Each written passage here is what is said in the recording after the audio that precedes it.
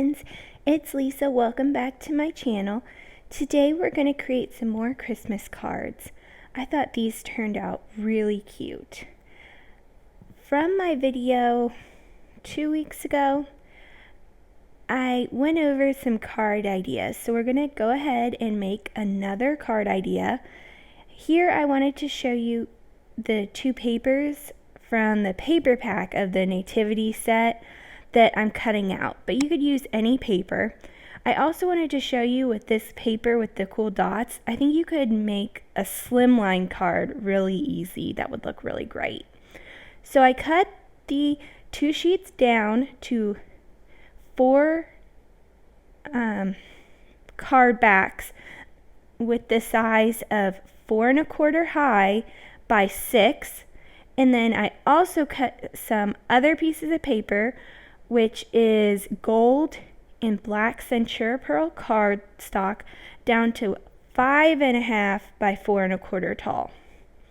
Now you'll see that the background, that maroon and gold paper, is going to be wider because I left it at the 6-inch, and I did that to give myself a little bit of wiggle room, which you'll see in a little bit, but I wanted to point that out because no matter what size you're doing, you're going to want to cut either the top or the bottom, whichever one, a little bit longer than the other one so that you do have that wiggle room. The other really important point to making these cards, since it is inlaid, is to die cut at the same place on each of the cards.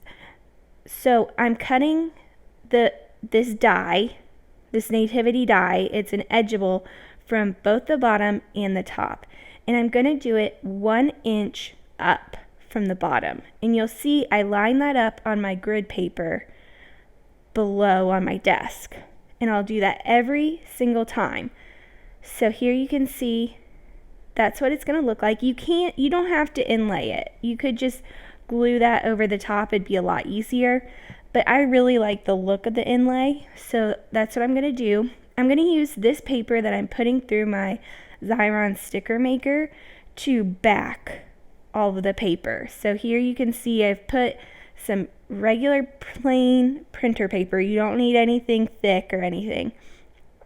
Through my sticker maker machine, and I'm just cutting that out. Then I'm going to cut that down into 4 so I have some card sizes, 5 1/2 by 4 1/4, and that you can see that here. So I'll pull back the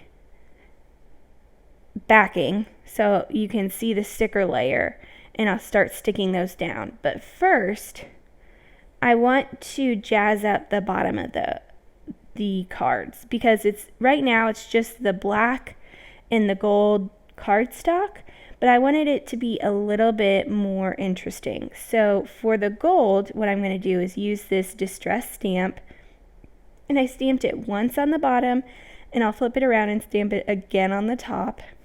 The stamp is from Tim Holtz, and it's a distress oxide for the stamping part, and then I'm going to come in with some distress ink and just ink around the edges so that it does look distressed. Since the background piece of paper has a lot of interest and texture already, just because it is a pattern paper, I wanted to make sure that the bottom had that as well.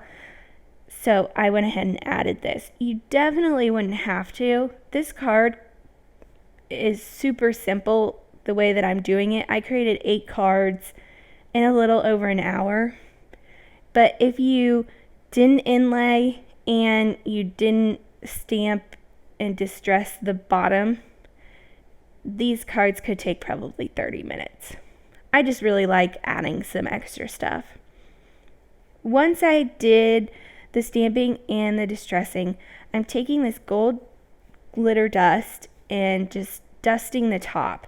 Since the cardstock that I'm using is a little bit slick, sometimes it can take a while for that ink to dry.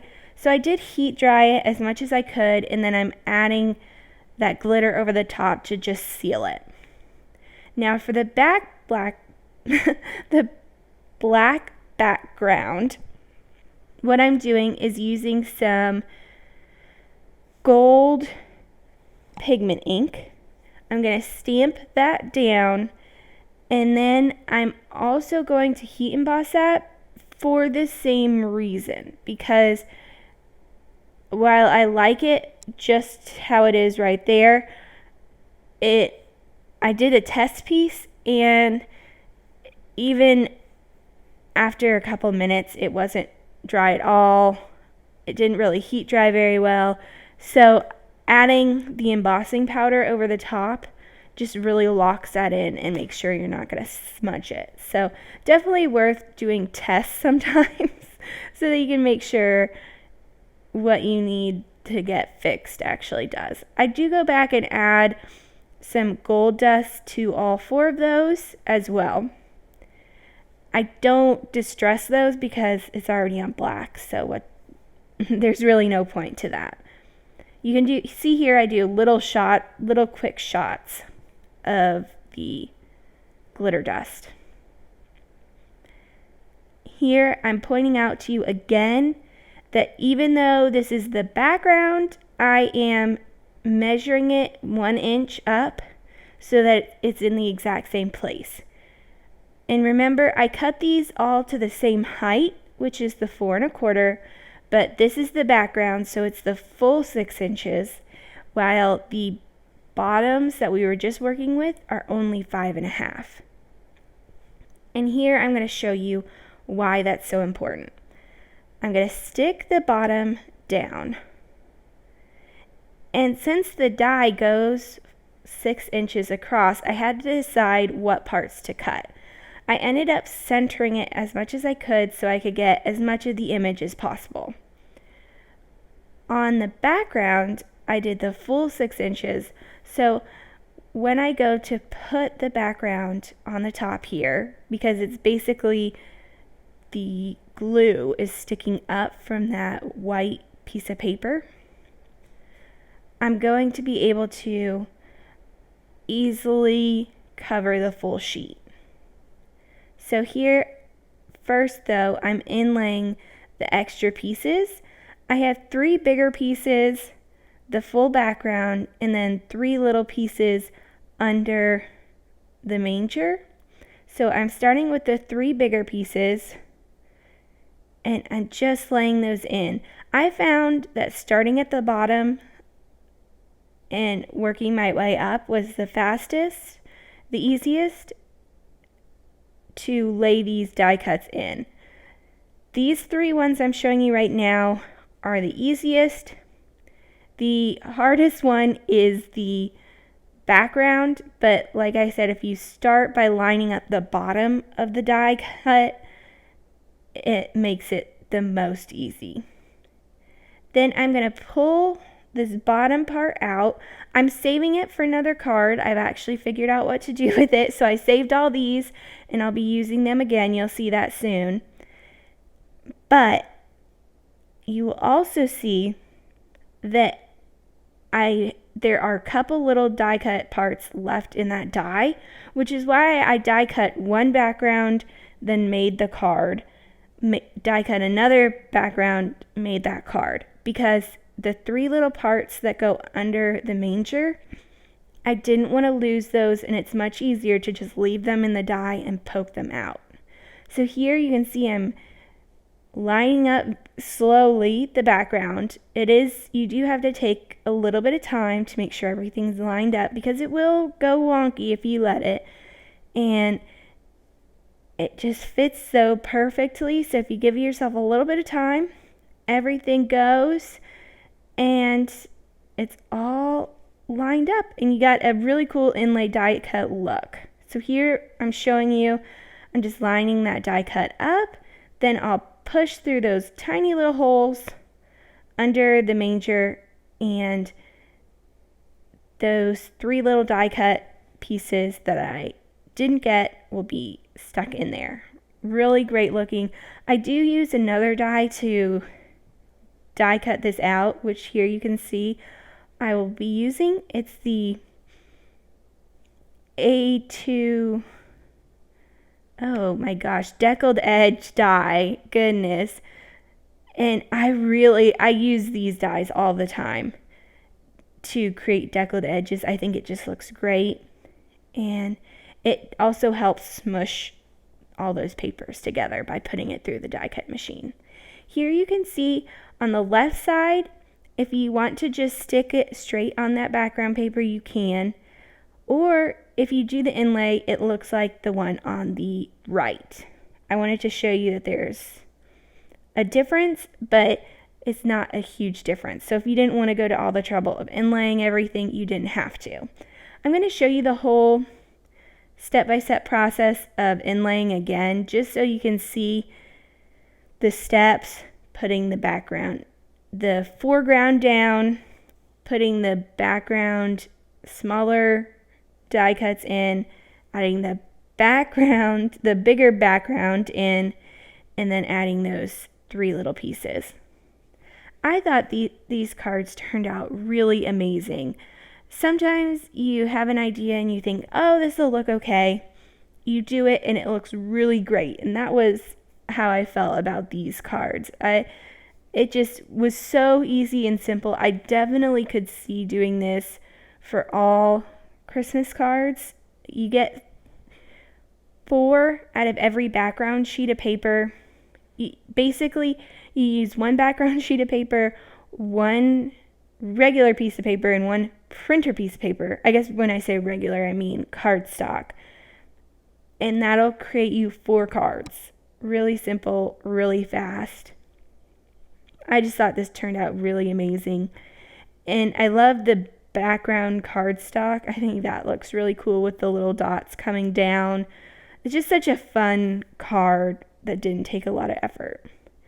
She's always so much better than a card that takes a ton of effort and doesn't come out very well. So here, I'm just running that through my die cutting machine. And I'm putting the same edges on the top, side, and bottom. If I wanted to inlay that, I could, because it would be pretty easy to do. I don't end up doing that. I just lay it on top of the card base.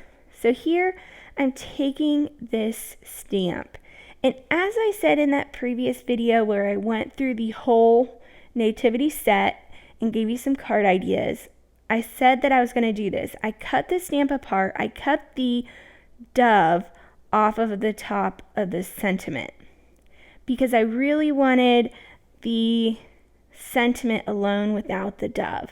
If I want the sentiment with the dove, I can always add that back on top. I didn't cut into the stamped image at all, so it'll stamp perfectly well. I'm going to use the Versa Fine Clair Nocturne ink, which is just a black pigment ink, to stamp the sentiment. This will give me a nice clear crisp ink. I'm also going to emboss that by putting some clear embossing powder over the top. You wouldn't have to do this, you could just let it air dry, but since I have embossing on the bottom part with the gold embossing, I thought adding the clear embossing over this would balance that glossiness. So here on all 4 of the gold backgrounds, I'm going to use the black, and then on the maroon backgrounds, I'm going to clean the stamp off. I don't need to realign it though, because it's still going to be in the same place, but I'm going to go back to that gold ink pad and use the gold. I embossed this one as well, but that was to make sure that it dried fully.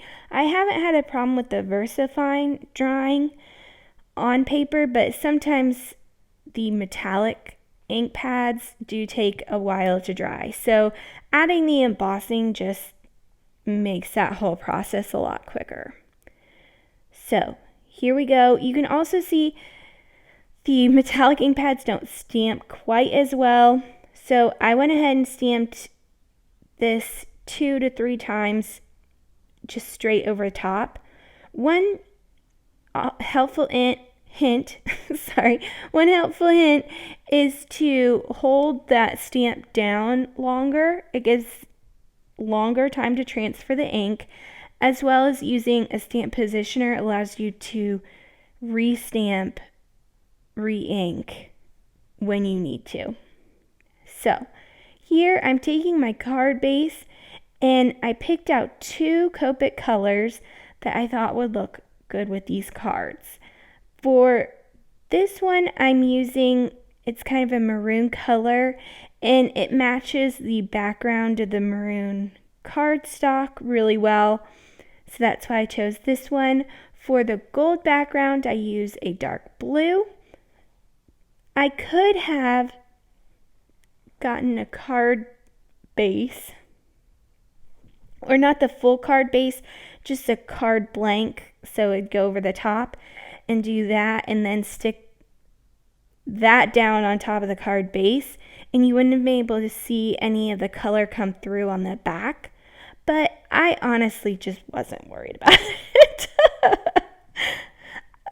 Then I only did a tiny bit, like 1/4 of an inch into the sides of that card, because the rest of it's covered by the card blank that we just created, or I guess not blank, but the card backing that we just created.